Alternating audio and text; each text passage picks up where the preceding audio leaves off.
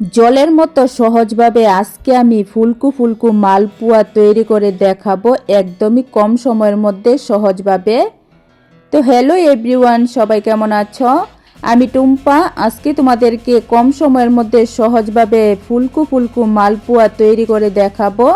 আশা করছি আমার আজকের এই মালপোয়া রেসিপি সবারই খুব বেশি ভালো লাগবে। তো যদি একটুও ভালো লেগে থাকে তাহলে বলছি প্লিজ প্লিজ একটা লাইক করে দিও আর আমার চ্যানেলটাকে সাবস্ক্রাইব করে দিও একদমই নতুন নতুন সহজ রেসিপি দেখার জন্য। তো চলো আজকের পিঠাটা একদম সহজভাবে তৈরি করে দেখিয়ে দিচ্ছি। যে কেউ আজকের ভিডিও দেখার পর কিন্তু একদম জলের মতো সহজভাবে এই মালপোয়াগুলি তৈরি করে নিতে পারবে। আজকে মালপোয়া তৈরি করার জন্য দেখো এখানে আমি 500 গ্রামের মতো আতপ চাল জলের মধ্যে ভিজিয়ে রেখেছিলাম। চালটাকে আমি 2 থেকে 3 ঘন্টার মতো ভিজিয়ে রেখেছিলাম। চালটা কিন্তু ভিজে একদম নরম হয়ে গেছে। তোমরা যদি চালটা রাতের বেলায় ভিজিয়ে রাখো তাহলে কিন্তু সকালবেলা একদম কম সময়ের মধ্যে সহজভাবে এই মালপোয়া পিঠা তৈরি করে চায়ের সাথে পরিবেশন করতে পারো। তারপর এই চালের জলটাকে দেখো ভালো করে ঝরিয়ে নিয়ে এসেছি। এখন এই চালটাকে মিক্সিং জারের মধ্যে নিয়ে পেস্ট করে নিতে হবে। তার আগে আমি তোমাদেরকে ম্যাপে দেখিয়ে দিচ্ছি। দেখো এরকম একটা আমি ছোট বাটি নিয়েছি। এই ছোট বাটিটা দিয়ে আমি 2 বাটি চাল নেব। এই বাটি দিয়েই আমি সব কিছু তোমাদেরকে পরিমাপ করে দেখিয়ে দেব যাতে তোমরা পারফেক্ট ফুলকু ফুলকু এই মালপোয়াগুলি সহজভাবে তৈরি করে নিতে পারো। তোমরা যে কোনো একটা বাটি অথবা চায়ের কাপ দিয়ে কিন্তু মাপটা একটু সঠিকভাবে করে দেবে, তাহলেই কিন্তু পিঠাগুলি বানাতে পারবে ভালো করে।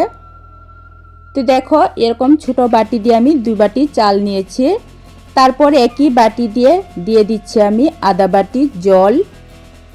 এখানে কম করে জল দিয়েই কিন্তু চালটাকে একটু ঘন করে পেস্ট করে নিতে হবে।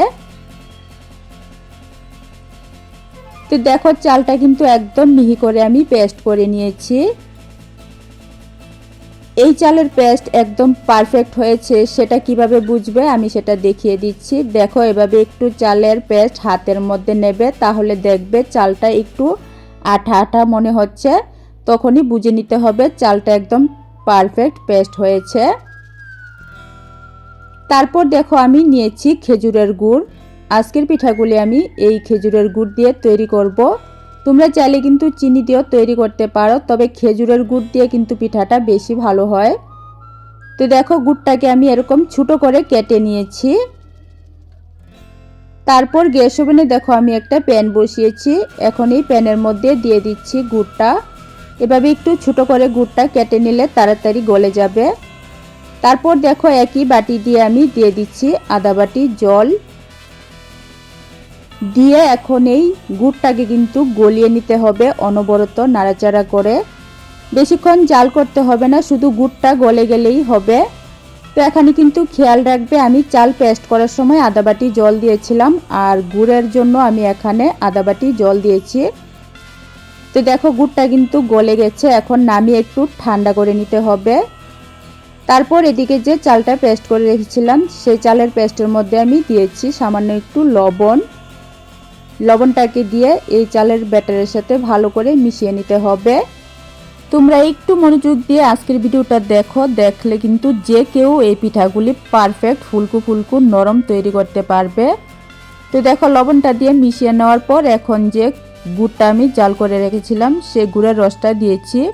তবে খেয়াল রাখবে গুড়ের রসটা কিন্তু হালকা গরম অবস্থাতে দিতে হবে। বেশি গরম অবস্থাতে দিলে কিন্তু পিঠাগুলি ফুলবে না, হালকা গরম অবস্থাতে দিলে পিঠাগুলি নরম হবে। তারপর আমি 1 চামচ দিয়েছি মৌরির ফ্লেভারটা আমার ভীষণ ভালো লাগে তার জন্য দিয়েছি। তোমাদের যদি পছন্দ না হয় তাহলে কিন্তু মৌরিটা বাদ দিয়েও করতে পারো। দেওয়ার পর সব কিছু আবারও ভালো করে মিশিয়ে নেওয়ার পর এখন দেখো একই বাটি দিয়ে আমি নিয়েছি 1 বাটি ময়দা। এই বাটি দিয়েই কিন্তু আমি 2 বাটি চাল নিয়েছিলাম, এই বাটি দিয়েই আমি 1 বাটি ময়দা নিয়েছি। খেয়াল রাখবে যতটুকু চাল নেবে তার অর্ধেক কিন্তু ময়দা দিতে হবে। দেওয়ার পর এখন কিন্তু একটু ভালো করে মিশিয়ে নিতে হবে যাতে ময়দার কোনো দলা অংশ না থাকে। তো দেখো ময়দাটা ভালো করে মিশিয়ে নেওয়ার পর এটাকে কিন্তু অনবরত এভাবে নাড়াচাড়া করে 3-4 মিনিট ফেটিয়ে নিতে হবে। এভাবে 3-4 মিনিট একটু ভালো করে ফেটিয়ে নিলে পিঠাগুলি কিন্তু খুবই সুন্দর হবে আর ফুলবে খুব সুন্দর, খেতেও ভালো লাগবে।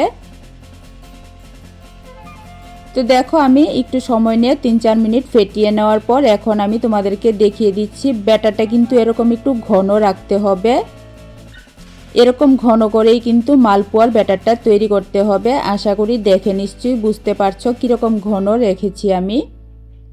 তারপর এখন পিঠাগুলি তৈরি করার জন্য গ্যাস ওভেনে আমি একটা লোহার কড়াই বসিয়েছি। লোহার কড়াইয়ের মধ্যে আমি দিয়েছি পরিমাণ মতো সাদা তেল। তেলটাকে একটু ভালো করে গরম করে নিতে হবে। তেলটা গরম হয়েছে কিনা সেটা চেক করার জন্য কয়েক ফোঁটা ব্যাটার আমি দিয়েছি। দেওয়ার সাথে সাথেই দেখো তেলের উপরে ভেসে উঠেছে, তার মানে তেলটা পারফেক্ট গরম হয়েছে। এখন পিঠার ব্যাটারটা দেখো একটা হাতার সাহায্যে আমি এক হাতা করে ব্যাটার নিয়েছি। নেওয়ার পর দেখো কড়াইয়ের একদম মাঝখানে কিন্তু দিতে হবে। ব্যাটারটা দেওয়ার সময় কিন্তু হাতটাকে বেশি নাড়াচাড়া করা যাবে না, এভাবে একদম মাঝখানে কিন্তু ব্যাটারটা দিতে হবে, হাতটাকে কোনোভাবে নাড়াচাড়া না করে। তারপর গ্যাসের ফ্লেমটা মিডিয়ামে রেখে দেখো পিঠাটা যখন একটু তেলের উপর ভেসে উঠবে তখন কিন্তু এভাবে একটু গরম তেল উপর দিয়ে দিতে হবে। দিলে দেখো কত সুন্দর ফুলে উঠবে। তারপর কিন্তু এটা উল্টে দিতে হবে। এভাবে উল্টে পাল্টে কিন্তু আমি এরকম একটু লাল করে ভেজে নিয়েছি। কত সুন্দর হয়েছে মালপোয়া পিঠাটা, দেখে নিশ্চয়ই বুঝতে পারছো। এটা খেতেও কিন্তু দারুণ হয়েছিল, একদমই ভিতরটা নরম। একইভাবে দেখো আমি আরেকটা দিচ্ছি।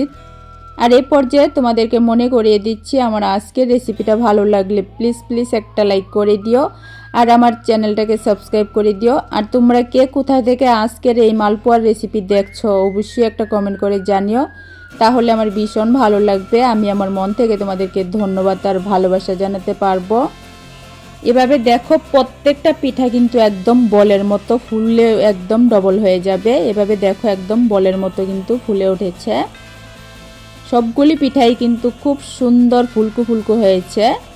আমি যেভাবে ম্যাপে তোমাদেরকে দেখিয়ে দিয়েছি সেভাবে যদি তোমরা পিঠাটা তৈরি করো, যে কেউ কিন্তু একদম জলের মতো সহজভাবে এই মালপোয়াগুলি পারফেক্ট ফুলকো ফুলকো নরম তৈরি করতে পারবে। তো এইভাবে দেখো ফুলকো ফুলকো মালপোয়াগুলি আজকে আমি খুব কম সময়ের মধ্যে সহজভাবে তৈরি করে নিয়েছি। দেখতে কেমন হয়েছে অবশ্যই কমেন্ট করে জানিও। আর আমার আজকের এই পিঠার রেসিপি তোমাদের কেমন লেগেছে অবশ্যই কমেন্ট করে কিন্তু জানিও। ভালো লাগলে লাইক কমেন্ট শেয়ার করো, চ্যানেলটাকে সাবস্ক্রাইব করে দিও। একটা পিঠা কিন্তু আমি তোমাদেরকে ভেঙেও দেখিয়ে দেবো ভিতরটা কত সুন্দর হয়েছে। তো দেখো কত সুন্দর মালপোয়াগুলি হয়েছে। আর একটা পিঠা আমি তোমাদেরকে ভেঙেও দেখিয়ে দিচ্ছি, ভিতরটা কিন্তু খুবই সুন্দর হয়েছে, একদমই ফুলের মতো। তো দেখো ভিতরটা কত সুন্দর হয়েছে। আমার মতো করে একবারের জন্য হলো তোমরা এই মালপোয়ার পিঠাটা তৈরি করে খেয়ে দেখো, গ্যারান্টি দিয়ে বলতে পারি সবারই ভীষণ পছন্দ হবে আজকের এই মালপোয়ার পিঠাগুলি।